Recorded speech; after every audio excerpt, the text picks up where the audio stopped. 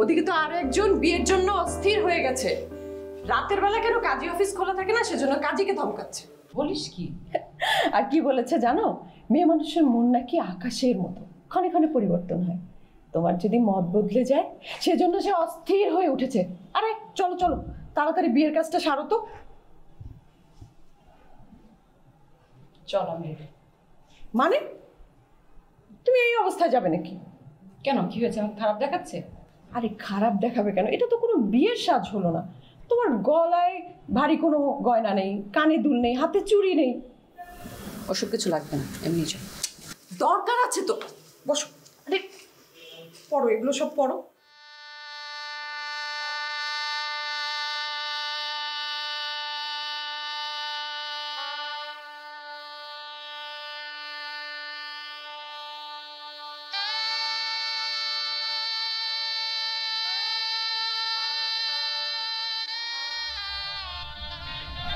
আসসালামু আলাইকুম।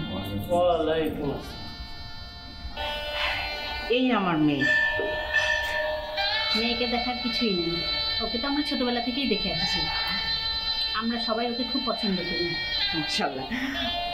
তাহলে কাজী সাহেব বিয়ে পড়ানো শুরু করে। আচ্ছা ঠিক আছে। সেটাই ওই কুতুবপুর নিবাসী আব্দুল হকের পুত্র লিখে ফেলেন। আমার কিছু কথা আছে। কি কথা বলো মা? এই বিয়েতে আমার কিছু শর্ত আছে। উনি যেহেতু আমাকে ছাড়া অন্য কাউকে বিয়ে করবে না, আমাকে ভালোবাসে, তাহলে উনার আমার কিছু শর্ত মেনে নিতে হবে। আমি রাজি, মৃত্যু ছাড়া যে কোনো শর্তে আমি রাজি।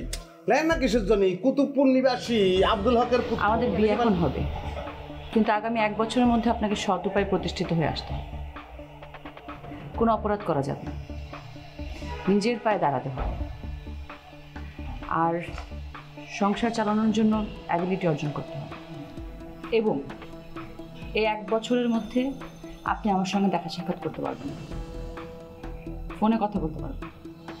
প্রতিষ্ঠিত হয়েই তারপরে আমাকে 1 বছর পর তুলে নেবেন। আর যদি 1 বছরের মধ্যে প্রতিষ্ঠিত হতে না পারে, তাহলে আমাদের বিয়ে ক্যান্সেল। আপনার পরিবার যদি এই শর্তে রাজি থাকে, তাহলে এই মুহূর্তে আমি বিয়ে করতে রাজি। আমরা রাজি আছি।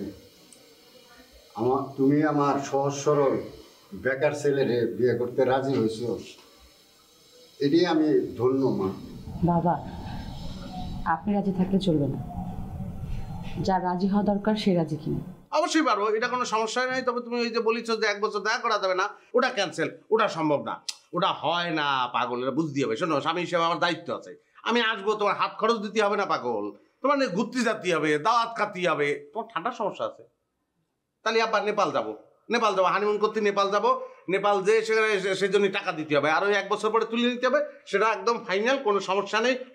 লিখতে আমি সর্বক্ষণ লিখেছি। আরে ভাই লেখেন না কিসের জন্য? কুতুবপুর নিবাসী জনাব আব্দুল হকের পুত্র। যা বলেছি তাই। আগামী 1 বছরের মধ্যে আপনি আমার সঙ্গে দেখা সাক্ষাৎ করতে পারবেন না, এমনকি আমাদের বাড়িতেও আসতে পারবেন না।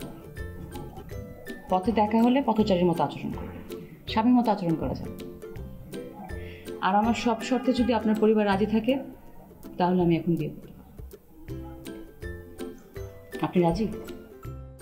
মানে এরা সর্বক্ষণ আনিছি, বারবার খালি গিলাস তুলে ধরতেছে। লেন না কিসের জন্য? কুতুবপুর নিবাসী জনাব আব্দুল না, হক। আমার শর্তে রাজি কিনা? আচ্ছা ঠিক আছে, না আমি ভাবে দেখলাম তোমার কথা খুব যুক্তি আছে এবং সেটাই মানা উচিত। প্রতিদিন দেখা করা এটা কোনো কাজের কথা না, মানুষে কি হবে, একদিন পর পর দেখা করবো। লেখেন না, 2 দিন পর পর। না শোনো, 4 দিন পর পর আইসে জাস্ট একটু চোখের টাকা দেখে চলে যাবো। না রুকসানা, আমার দেখেন তুমি কিরম কোনো 15 দিন পর পর দেখা করবো। হ্যাঁ 15 দিন পর পর। শোনো, আচ্ছা ঠিক আছে 15 দিন না, আমি করছি এখানে ময়মুরব্বী সবাই উপস্থিত আছে, একটা রায় হয়ে যাক। কেমন? একটা রায় হোক। রায়টা হচ্ছে কি যে এই কুতুবপুর নিবাসী তো আব্দুল, লিখতেই হবে না, এটা লেখার দরকার নেই রে ভাই, আপনার তো লিখতে বলিনি। আমি বলতেছি রায় হচ্ছে একটা, কুতুবপুর নিবাসী জনাব আব্দুল হকের পুত্র জনাব সুলাইমান হক, সে হচ্ছে কি তার ওই বিবাহিত স্ত্রীর কাছে সে ওই মাসে 1 বার আসবে, এই হচ্ছে কথা, আর কোনো কথা নেই। তাহলে লিখতেছে না কিসের জন্য রে ভাই? এটাও হবে না। কিরম লাগে বলতেনি? আম্মা বলেন। যারা আমি এক সপ্তাহ বেশি না দিকে থাকতে পারি না, বিয়ের পরে আবার বিয়ে করা বউ আমি দেখতে পারবো না। আমার বাইসি থেকে কোনো লাভ আছে? আমি মরে যাই। এ এ এ জুয়েল, কিছু বিষ আন, কিছু বিষ খাবো আমি কিছু বিষ খেয়ে মরে যাবো। আমার বাঁচার দরকার নেই। আমি তো শোকে বিষ লাগবে না, শোকে মরে যাবো আমি। ঠিক আছে, তাহলে তো বিয়ে করার দরকারই নেই। আপনি প্রতিদিন রাস্তায় দাঁড়িয়ে আগে যেরকম আমাকে দেখতেন তেমন করে দেখতেন। আরে করে যাচ্ছ, বসো। হচ্ছে আমি রাজি। আরে ভাই, এই জন্যই বলেছিলাম যে কাজ অফিস রাত্রিরে খোলা থাকা দরকার। যদি খোলা থাকতো তাহলে পরে বিয়েটা হয়ে যেত। এই যে সময় পাইছে, বুদ্ধি পাকা আছে। আমি রাজি। হয়েছে, লেখেন। আরে লেখেন না কিসের জন্য? কুতুবপুর নিবাসী জনাব আব্দুল হকের পুত্র। জনাব আব্দুল হকের আমার নাম আনসারুল। আচ্ছা ঠিক আছে। আনসারুল হকের পুত্র সুলাইমান হোসেন। জনাব সুলাইমান হকের সাথে জনাব সুলাইমান হকের সাথে লিখে ফেলেন।